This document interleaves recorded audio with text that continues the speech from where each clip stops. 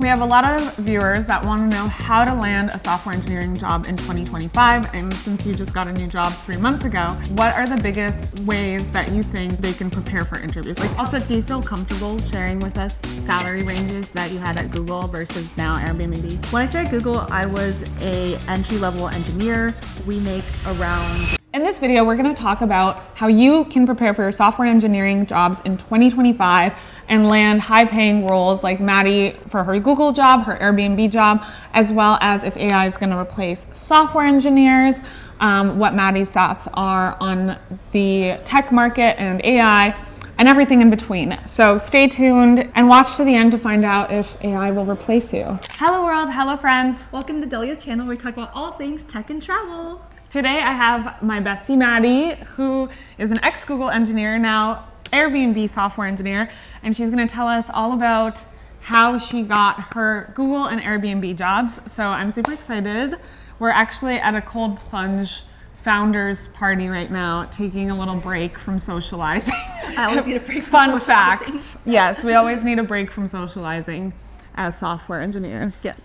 Anyways, so Maddy, tell us real quick, your 30-second pitch of your career, and then we'll talk about how you got your jobs. Cool. So I went to MIT, studied computer science, did 6 internships at places including Amazon, IBM, and Morgan Stanley. Then I started at Google as a new grad, worked there for about 4.5 years, and finally moved to Airbnb. Okay, so she has a very impressive background. Not everybody goes to MIT and all of that stuff, but we are gonna talk also about like coding interviews and what you did in your Google and Airbnb interviews that you think helped you like land those jobs and set you apart from other candidates. Tell us your whole process of how you prepared for your Airbnb interviews. First, I had to brush up a lot on my LeetCode and also completely study from scratch system design. For context, before Airbnb, I'd only been at Google as a new grad as a full-time job, so as a result, I never done system design interviews before. In industry, you will need to take the system design interview if you are mid-level or higher engineer. So I crammed for 3 weeks.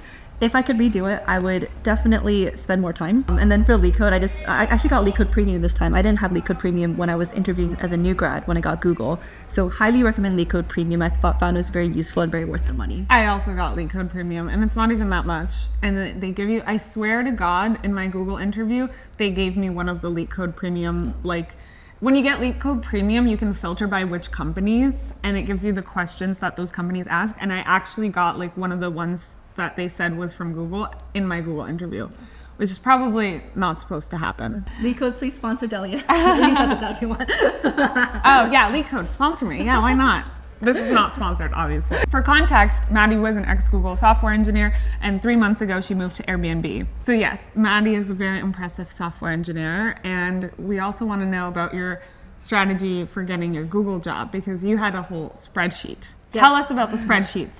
Give the people what they need to do to get a job. Really, this worked for me, but I really like spreadsheets, so I had a spreadsheet of every single application I submitted and the stage of the process. So if I got ghosted by the recruiter, if I was on the first round, so I need to follow up with a recruiter after first round feedback, things like that.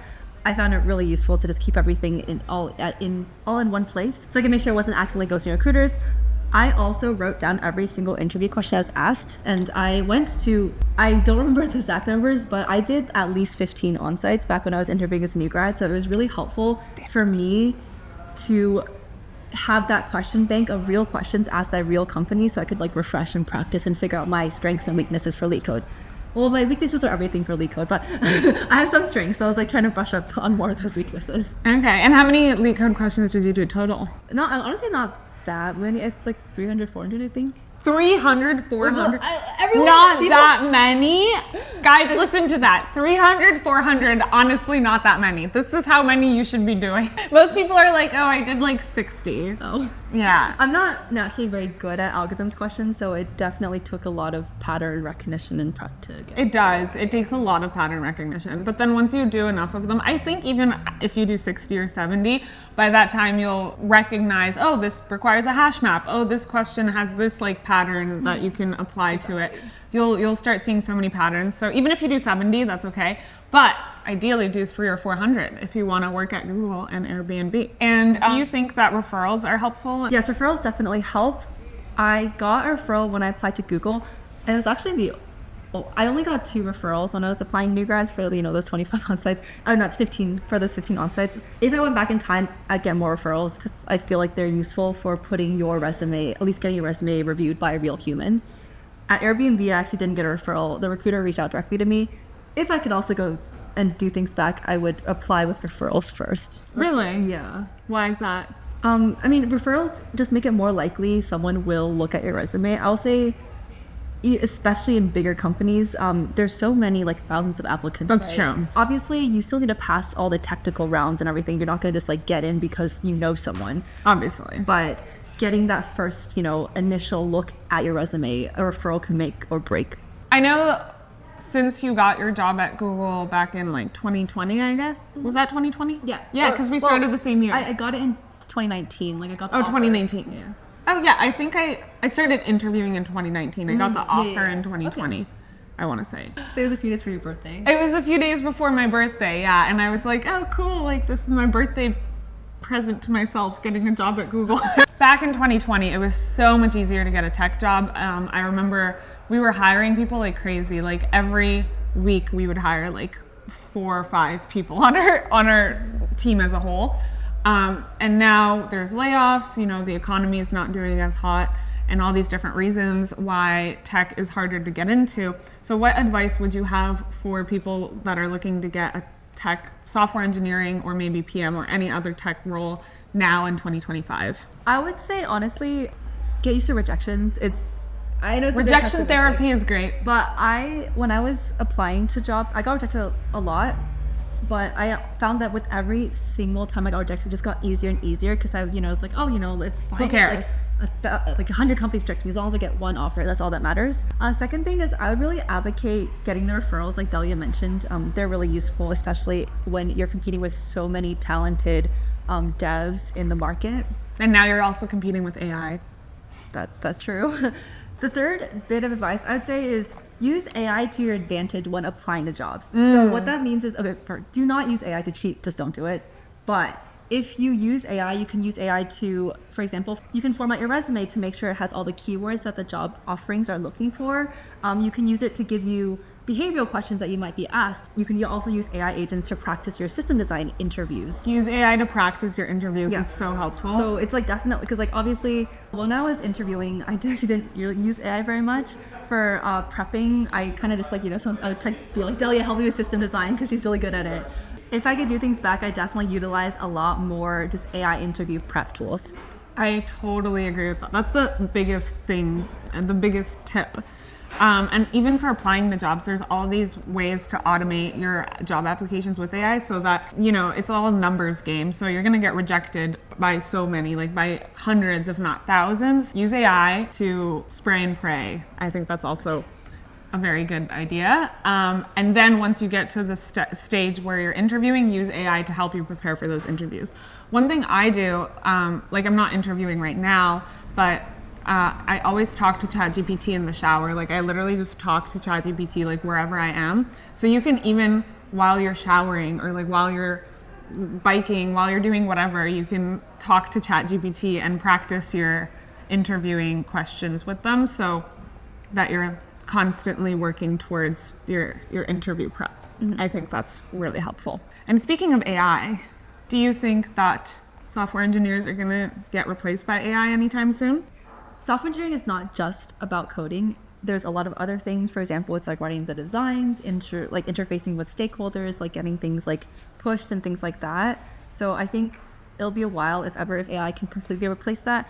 I do think that the job market will be a bit more tough because not only is AI automating some of the more menial tasks that some people might have done in the past, you're also competing with a lot of people who became software engineers during the boom, when everyone was being that is hard. So, but I personally do think the market will correct itself, and that once people don't think that all you have to do to get a 6-figure job is to go to a 1-month boot camp, that will weed out a lot of people who are there purely just because of money, and really just keep the people who actually like coding, actually are really excited to build things and are passionate about what they do. I love that perspective. Okay, and final question. Do you ever miss Google? Are you happy that you left? Yeah, I still really love Google. I think it's a great place to work. And honestly, I think if I stayed there forever, I'd be really happy. I am very happy I left though, because I think you kind of have to put yourself out of your comfort zone in order to develop more as a person and as an engineer. So for me, in my point in my life, I think it was the best decision. But I definitely miss, for example, the free gyms, having all my friends. They've got like a around. huge salary upgrade. That is So true. the free gym, who cares? Okay, but my friend, I can't go to Google on the weekends anymore, right? Because I don't no longer work there, and I used to go all the time to hang out with my She would friends. live there. Yeah, She slept there several times. I can sleep anywhere for the record, as long as there's ground. I can sleep anywhere. We have slept in airports on the ground. Oh, This yes. is true. Together Vegas. in Vegas, yeah. But yeah, Desperate times. But yeah, in conclusion, I still really like Google, but I think I made the best choice for myself in leaving. Also, do you feel comfortable sharing with us salary ranges? When I started Google, I was a entry-level engineer. We make around 150 to 200K per year, including base salary, bonus, and equity and stocks. I then got promoted to mid-level engineer. We make around 250 to 300K. I'm now a senior engineer, and we make around 350 to 400K. These are really depend on the specific company you work for, and also, to be honest, on how the negotiations worked. Yeah, but honestly, Airbnb pays a lot more than Google. Most companies, so like Netflix, Airbnb, all the like second tier FAANG companies actually pay more than Google.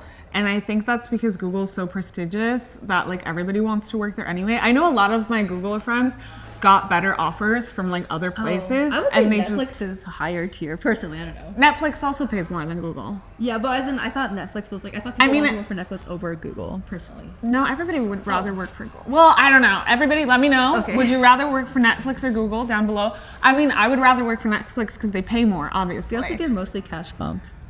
Do they? No, it's a lot of stock. You can actually choose. Oh, at you get a Netflix, choice, okay. you get a choice. Anyways, people will continue to Netflix and chill even after AI steals all the jobs. So I would rather work for Netflix. Okay, well, thank you so much, Maddy, for joining. Thank you for I having me. appreciate you, and you're probably gonna see her a lot more on the channel, like a million times more. So thank you guys so much for watching. Thank you, Maddy, for all of your great insights. Thank you for having me. You're the best. You can find her channel down below. Like the video, I'd super appreciate that.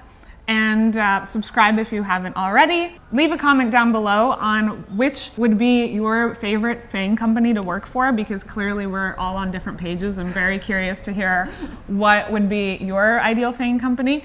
And I will see you in the next video. Bye.